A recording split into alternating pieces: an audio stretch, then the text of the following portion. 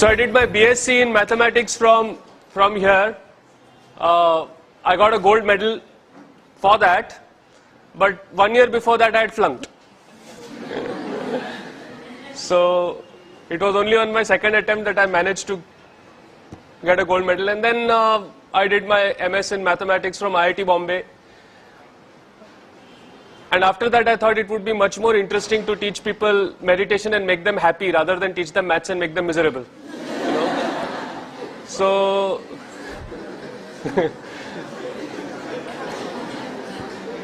though if you come for my maths classes, you will find that they are also very happening. Yeah. Now, today I thought I would just go a little bit into ancient history, yeah, and then come to where we are today. Okay. So, all of you have heard of the Varaha avatar? Yes? If you have not, which country are you in? The Varaha avatar is when Lord Vishnu, right? He takes the shape of the boar, and then for some reason the earth is drowning in water. We don't know why and how, but the boar lifts the earth up and brings it out of the water, right? Saves the earth, so to speak, right? Now, that may be a fantastic story and all that, but check out the shape of the earth. What is it? It's round, right? Which means that more than 10,000 years ago, we knew that the earth was round. Yes? Which Europe only accepted once they saw the Apollo pictures from space, right? In fact, we call geography Bhugol, right? It is goal, round. Is it? It's not Bhutatte, right? Okay? It is Bhugol. Okay? So we knew a very long time ago that the earth was round. And then we call the earth Jagat. Jagat means what? Jiski gati hai wo, meaning that which moves. Right? So, we knew that the earth was round. We knew that it was not stationary, that it was moving. And this was thousands of years ago. Yes? Interesting, huh? Okay? Okay. Let's go a little bit into space. Now there is this star called Antares. Okay? Antares. Ares means Mars. Red. This is also a red star, so it is called Antares. We like Mars. Okay? Now it is the 15th or 16th brightest object in the sky. Alright?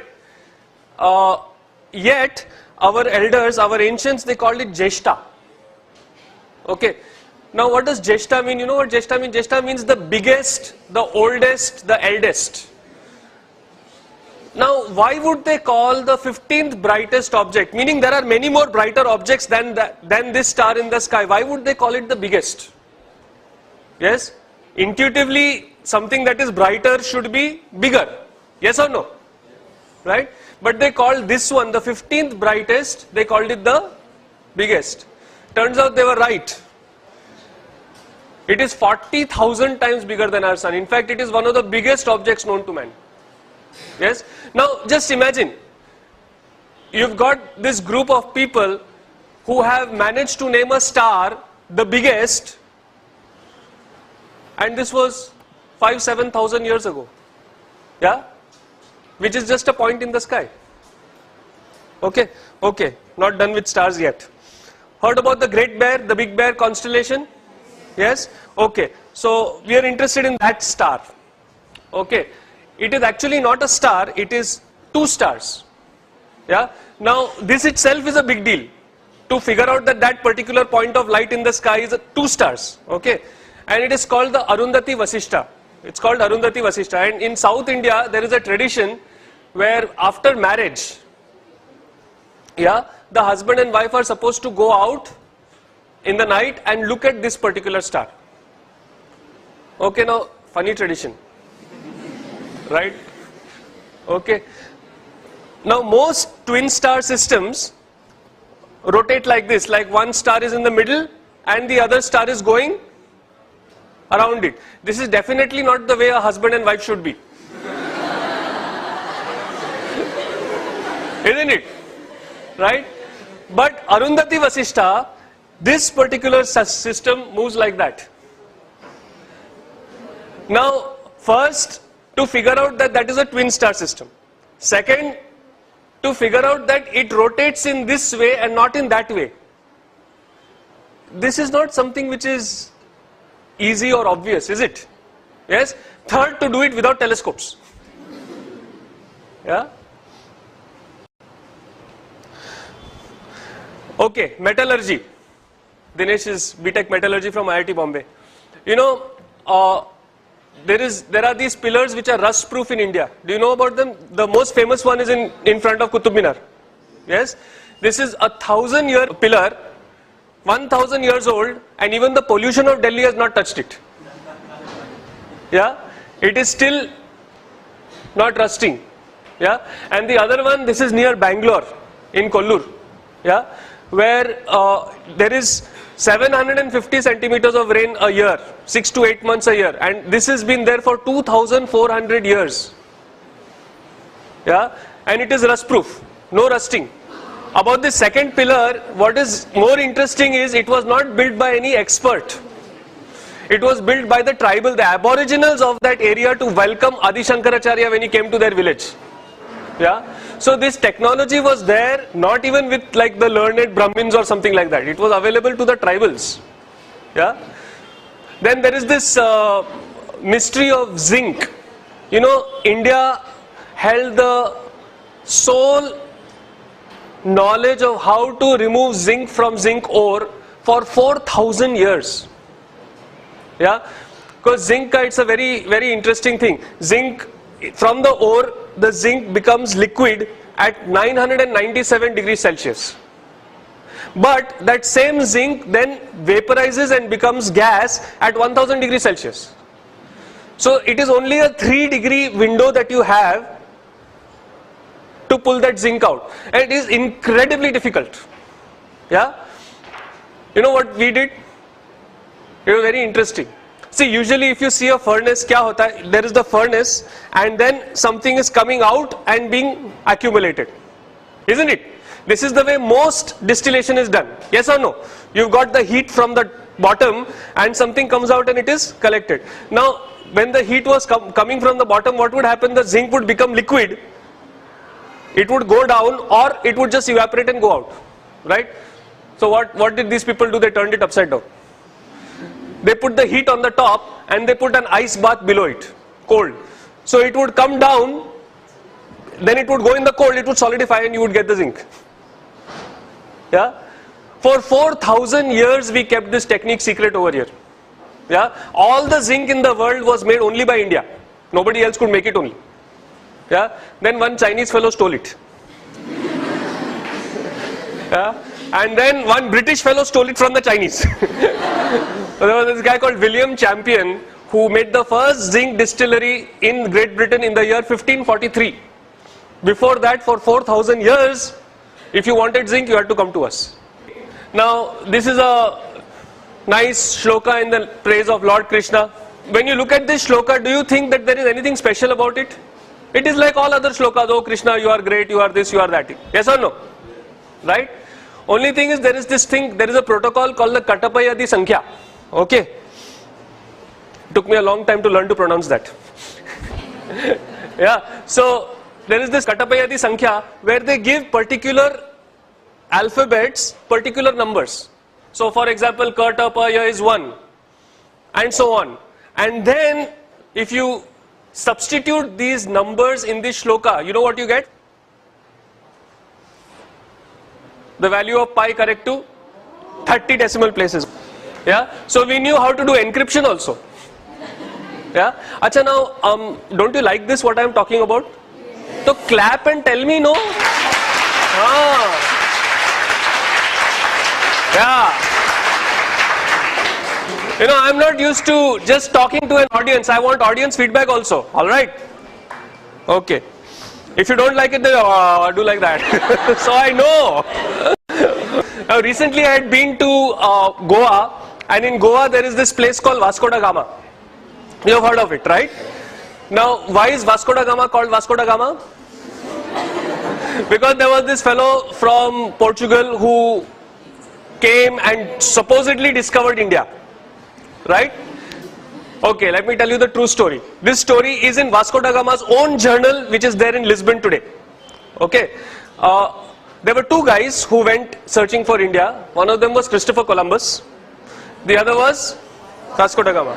Okay, now Christopher Columbus, he went in the opposite direction. From Europe he went up. Okay, and he found America. Only he thought America was India. Okay, that is why the natives of Americans are called Indians. That's where the Indian name comes. Because he thought, मेरे को India मिल गया. Right? So he called those people Indian. He called them Indians actually. Then the other people came and, you know, called them red because they were not white. Yes? So that was Christopher Columbus' story. Vasco da Gama, he went in the opposite direction. If you know your geography, he came down from Africa, and he was too chicken to go out into the main sea. You know, he would only sail keeping the coast in view. Okay, and he was having the biggest ship available at that time in Europe. All right, so he came all the way down to the Cape of Good Hope. Okay, and over there he was wondering, now how do I cross, because from there to go to India you have to go across the ocean, across the sea, right? Over there he met a Gujarati whose name was Kanha. Okay, he does not mention the surname, possibly Patel. Okay. Yeah. So he met this Kanha Bhai who was a trader from India, from Gujarat, who had ships 12 times the size of this ship. 12 times. And remember, Vasco da Gama's ship was the biggest ship in Europe at that time. Okay, he had ships which were trading ships, forget about military ships, trading ships which were 10 to 12 times the size of Vasco da Gama's ship. And Vasco da Gama's ship was escorted with 3 ships, like in formation. His ship was in the middle, those 3 of our Indian ships escorted this guy to Goa, to India. Yeah, so maybe we should call Kanha, no? Yes.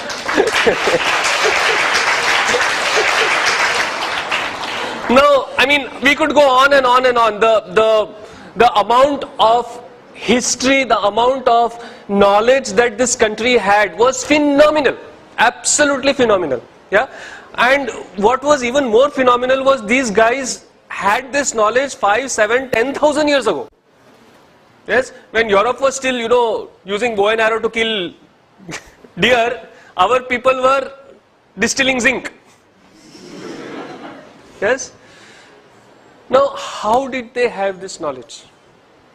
Yes. No, there is only one reason. All our scientists were saints. All of them did pranayam, all of them did yoga, all of them meditated. Yes.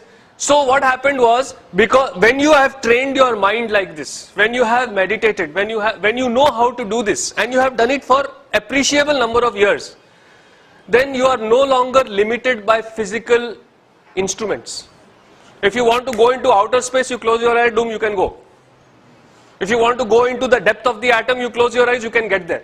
And then you are seeing it, right? So it has to be accurate. That is how Arundhati Vasishtha turns out to be a twin star system which rotates around each other. Yeah? Are you getting what I'm saying? Yes. Yes? That is how you can figure out how to make rust-proof iron, which even till today we have not figured out. Yeah? So the basis of science is spirituality. Yeah? And this wealth that our country has, I will not say had, this wealth that our country has was systematically destroyed by the British when they came here. Yeah? They rewrote our history. So that when they left us with a legacy of being ashamed of our own culture and our own tradition. Yes, you know, in Delhi we know this very cute old couple. Uncle is 81 years old, auntie is 71 years old, and they will be celebrating their 50th wedding anniversary like next year. His father was the first Chief Justice of India, Bhandari, Mr. Bhandari. Yeah, so very well connected and all. So he went to all these British schools, and over there they would say, you know, yoga is for freaks. You should do PT. But unfortunately, do you see that even in today in schools you do PT, you don't do yoga? Yeah. So we have got independence, it's 60 years, but we are still thinking in those terms only. That is what the British wanted. Yeah.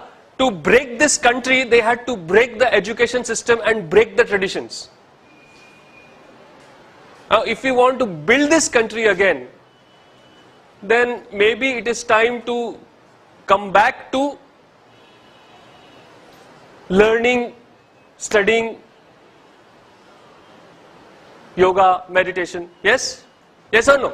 Yes. Right? Okay. So then what is the technology of spirituality? How does the damn thing work? Yes? It's very interesting.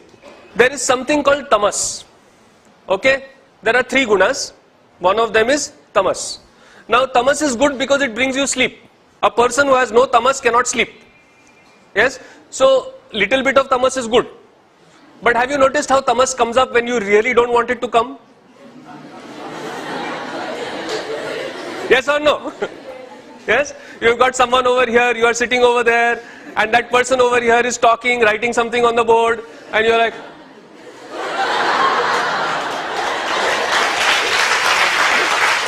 right?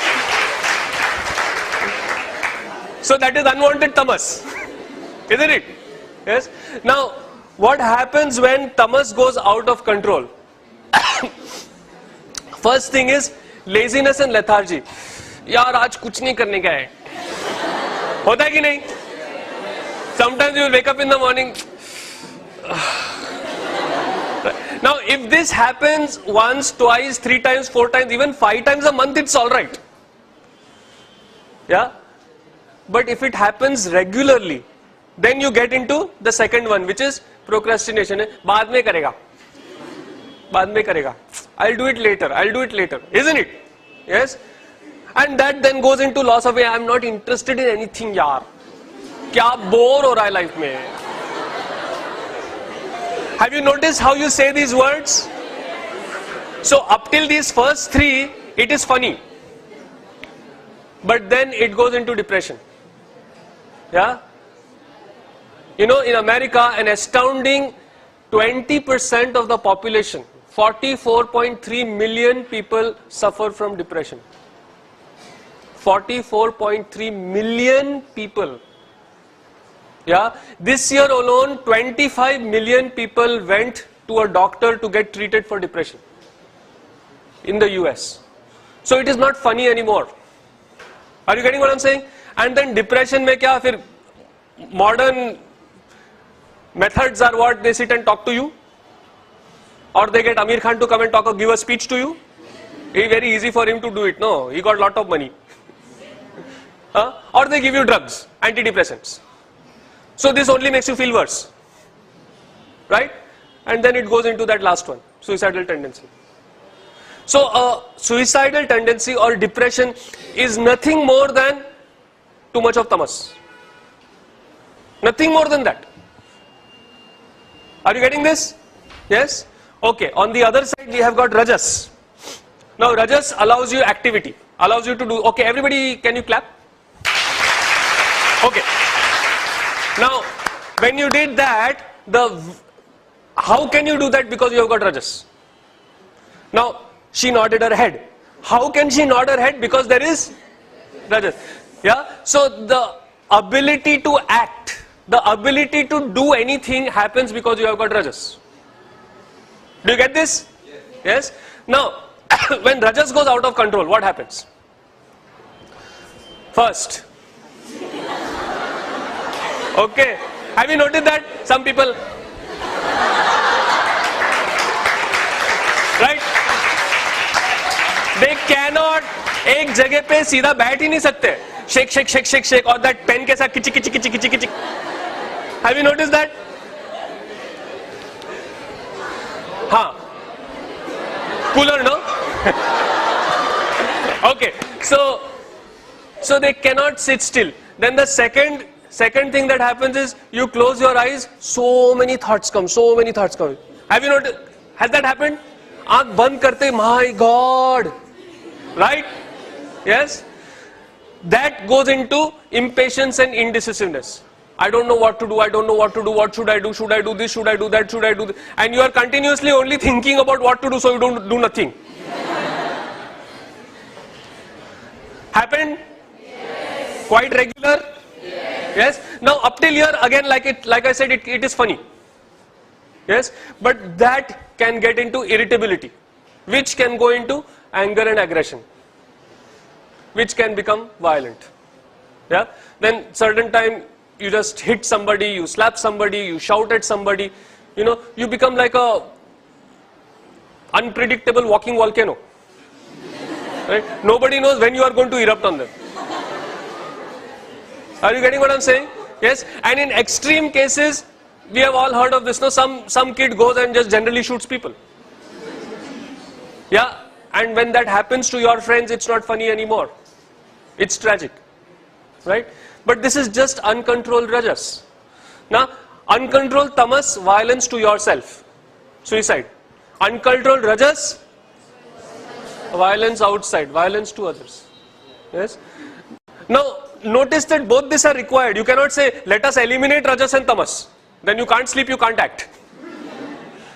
It is required. Rajas is required, tamas is required. But in the proper quantity. When rajas and tamas are balanced, then what happens? Something very beautiful.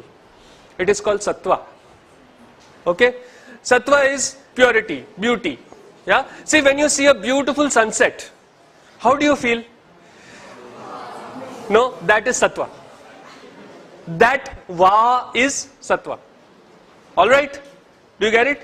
So, how do you know that sattva is high? Number one, when you close your eyes, you are not bombarded with thoughts.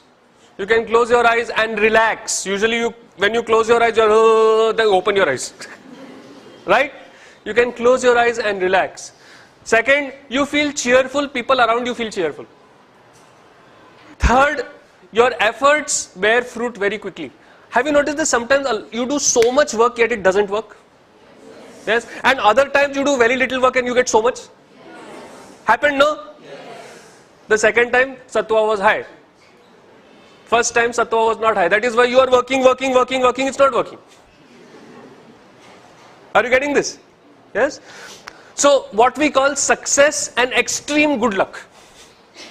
Yeah? Sometimes it happens, no, the day goes so perfectly, everything just falls into place. Yes? Now, you want that kind of a day to happen more often rather than 3 times a year, then you have to learn to meditate. Because what you do when you meditate, see, all these 3 are snowball.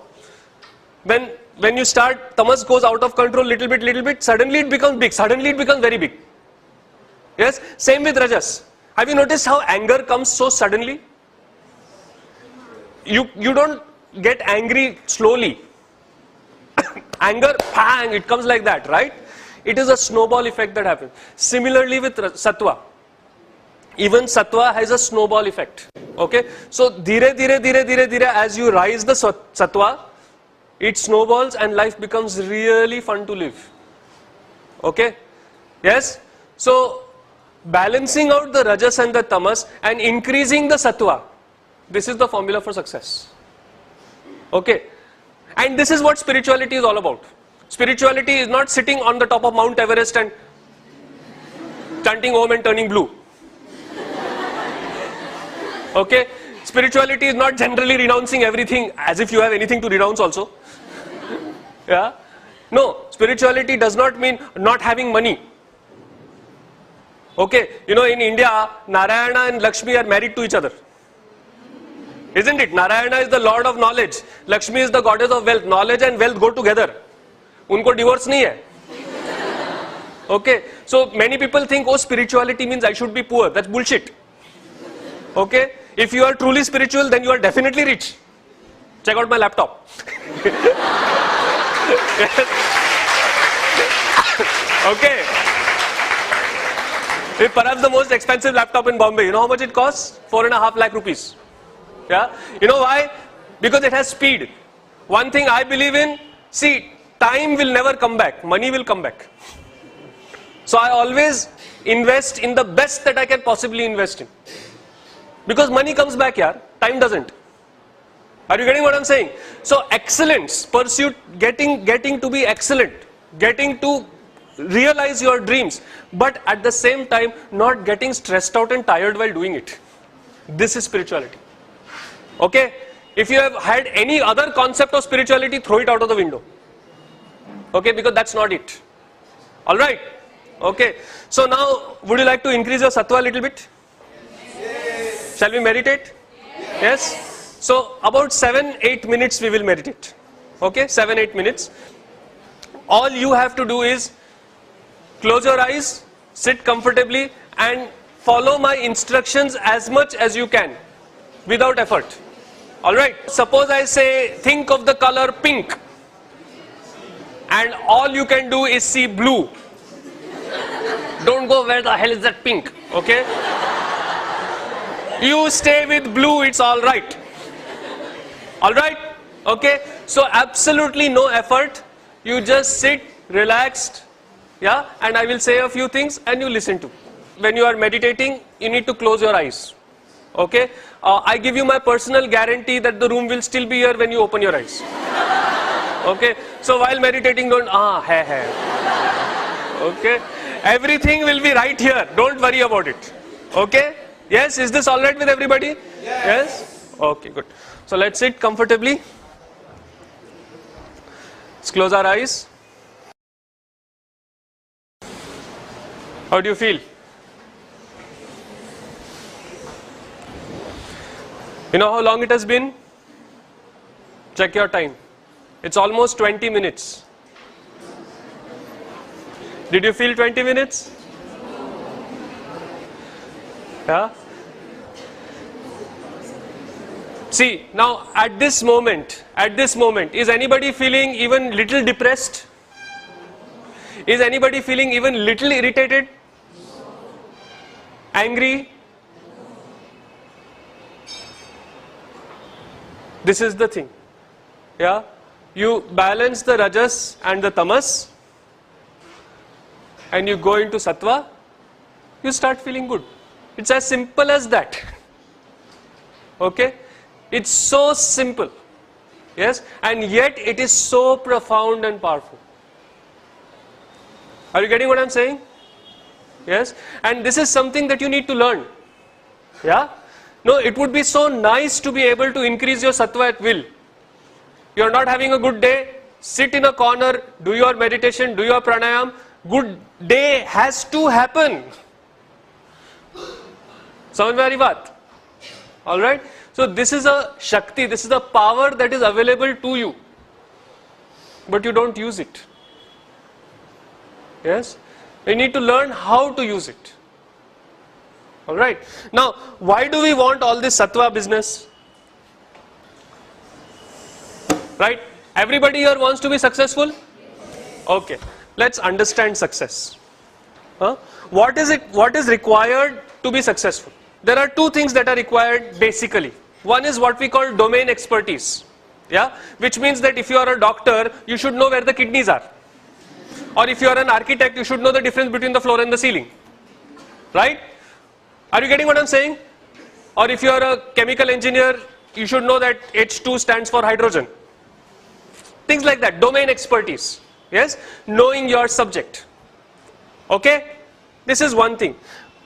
The second thing is what we call soft skills. Ability to handle stress, interpersonal relationship, confidence, ability to take decisions, clarity of thought, ability to communicate. All these things. See, you might have fantastic domain expertise. You might be the best in your field. But if you cannot talk properly, is it any point? See, you can study for 4 years in IIT. Get your BTech. But then you have to sit across the table and convince that guy on the other side in 5 minutes that you know what you studied for 4 years. Yes or no? Right? So, what is required is these soft skills also. One side you need domain expertise, another side you need soft skills. Now there was a study that was done in Stanford where they asked extremely successful Stanford graduates, how much percentage do you attribute the success of your life to domain expertise and how much percentage do you attribute to soft skills? Now what do you think was the answer? More than 10,000 people were interviewed. Yeah? What do you think was the answer? No, percentage bolo na. How many? How many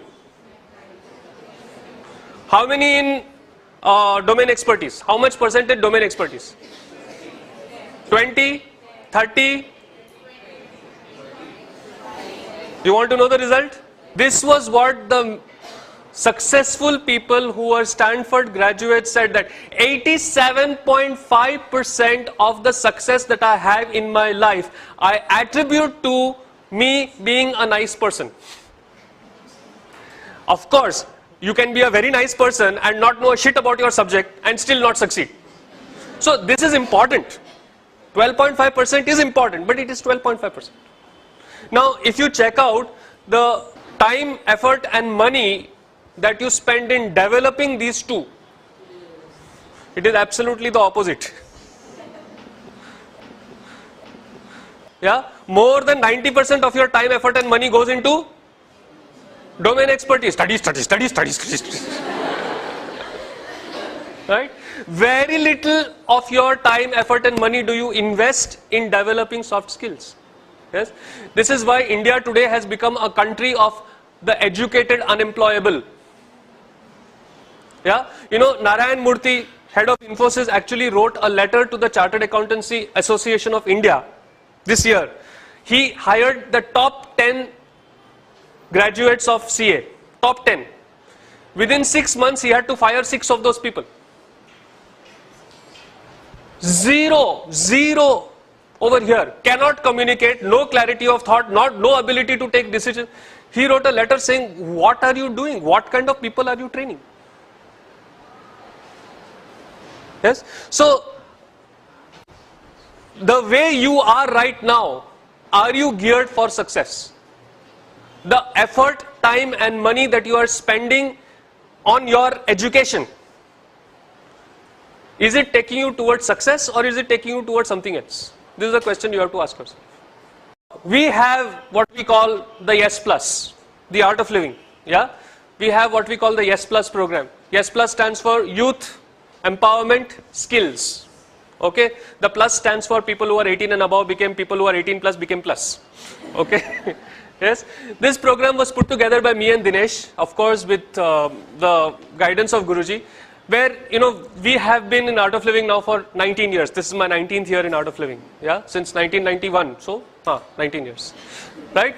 So, we have been in 19 years, Dinesh is about 15, 16, whatever, yeah. So, we thought that, okay, how would we give this knowledge, this spiritual knowledge to ourselves if we were 18?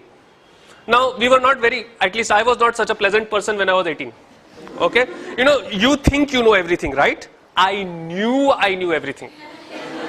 Okay. Alright. So, we wanted to figure out a way to take all this knowledge, all that we have talked about, and put it in a way that will make a difference to young people. You know, because this time of life, you know, when you are between 18, 19, 20, this time is the most coveted time for everybody. See, people who are 13 and 14 want to be 18. Yes? People who are 35 want to be 18. Yes? Only people who are 18 don't want to be 18. Right? So we wanted to put together a workshop that would bring the fun back in being 18. Yes? You know, Priya has designed a very nice new poster for our Yes Plus. You know, it says the all new endangered species, a stress-free young person. Yeah. So to be able to live the life that you want to live, rather than the life that you have to live. Yes, haven't you noticed you want to do so many things, but by the time you get home in the evening, all you want to do is right? Yeah. Now, wouldn't it be nice to be able to do your domain expertise and yet have time left over to do the things you want to do, really want to do? Yes. Now, this is available from learning how to meditate. You know, there is a quote by Gandhiji, very not well-known quote. Yes. Gandhiji once said that today I am so, do you know he used to meditate every day? Few people know that. Yes, he used to do meditation, he used to do satsang. Both these things he used to do. Yes. Now, one day he says, today I am so busy, I cannot meditate my 1 hour. I will have to do 2 hours. Because meditation makes you efficient, super efficient. Yes. You know, as a student in IIT Bombay, just listen to what I used to do. I mean, I had my MSc Maths that was like, okay. Yeah, and it's not an easy program. It's a tough program. All right. So I had my masters in maths. So I used to teach Art of Living. I used to have my whole MS Maths. Yeah. I used to play competition level piano. Yes. I used to write, produce and direct my own plays. Yes. And I used to have time to sleep in the afternoon. You do maths, you don't have labs in the afternoon. So you can sleep. Yes. All these things I used to do. And there would be no problems. Okay. Now, this is where the choice comes. How much time, how much effort, how much money are you willing to invest to get to a life that you want to get to? Or would you rather compromise and be in the life that you are? There is nothing wrong. You are fairly successful. You are from a fairly good family. Life is good, right? But life can be excellent. If you have not done a Yes Plus course, do it. Yeah? It could make a huge difference in your life.